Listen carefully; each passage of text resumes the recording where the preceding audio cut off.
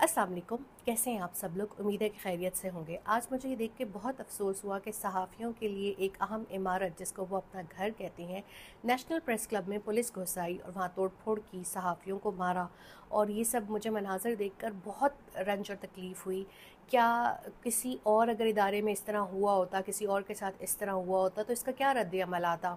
हम तो ये देखते हैं कि आम इदारों में तो लोग बिना सिक्योरिटी पास के दाखिल भी नहीं हो सकते।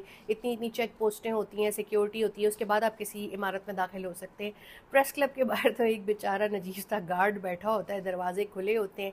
ये हर किसी के लिए जाए पना है, या कोई भी जा सकता है, प्रेस कॉन्फ्रेंस कर सकता है, एहतजाज कर सकता है। लेकिन उस इमारत में घुस के आज जिस तरीके से उसकी सेंटिटी वायलेट की गई है, इससे तमाम सहाफ़ियों को शदीद रंज पहुंचा है। और तमाम यूनियंस इस वक्त एहतजाज कर रही हैं। हुकूमत अपने तौर पे माफ़ी मांग के ये मामला ख़त्म करना चाहती है, लेकिन ये मामला इतना सादा नहीं है। ये भी एक दहशत गर्दी का वाक़या है कि आप जो रियासत का चौथा सतून है उसको जो है वो गिराने की कोशिश करें, उसको नुकसान पहुँचाने की कोशिश करें, उसको तबाह करने की कोशिश करें। ऑलरेडी सहाफ़ी इस मुल्क में बहुत सफ़र कर रहे हैं, कितने बोलने वालों को मुल्क छोड़ना पड़ा, कितना सच्चाई और करप्शन को जो है वो सामने लाने वालों को कब्र तले जाना पड़ा, कितने ही लोगों को नौकरियों से हाथ धोना पड़ा। अभी भी विक्टिमाइजेशन चल रही है, किसी का अकाउंट बंद हो जाता है, किसी का आईडी कार्ड कैंसिल हो जाता है, किसी के घर छापा पड़ जाता है, किसी को वैसे जो है वो एफआईए के नोटिस आ जाते हैं। ऑलरेडी सहाफ़त जो है वो बहुत ज़्यादा क्राइसिस में है, और उस सारी सिचुएशन में आप उनके घर पे भी हमला कर दें।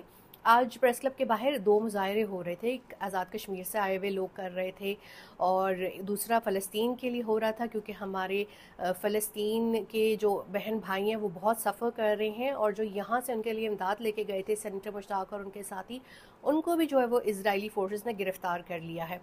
दो मुजाहिरों को इस्लामाबाद की पुलिस इस तरह से डील करती है कि अचानक से धावा बोल देती है, और कश्मीर के लिए जो मुजाहिरा कर रहे हैं उनको गिरफ्तार करना शुरू कर देती है, और इसी तरह प्रेस क्लब में दाखिल होकर वहाँ भी सहाफ़ियों को मारती है। ये क्या तरीक़ेकार है? अगर इस मुल्क में लिखने, बोलने, पढ़ने या इख्तिलाफ़ राय की आज़ादी ख़त्म हो गई है, तो आप मार्शल लॉ डिक्लेयर कर दें। आप बता दें कि भाई इजाज़त ही नहीं है ना घर से निकलना है, ना इंटरनेट यूज़ करना है, ना सोशल मीडिया की साइट्स पे आना है। जमहूरी माशरों में इस तरह नहीं होता। अगर किसी को इख्तिलाफ़ होता है तो बात मुज़ाकरात के ज़रिए से हल की जाती है। ये किस किस्म की ट्रेनिंग दी गई है कि ज़रा सी कोई बात हो तो आप लोगों को मारना शुरू कर दें?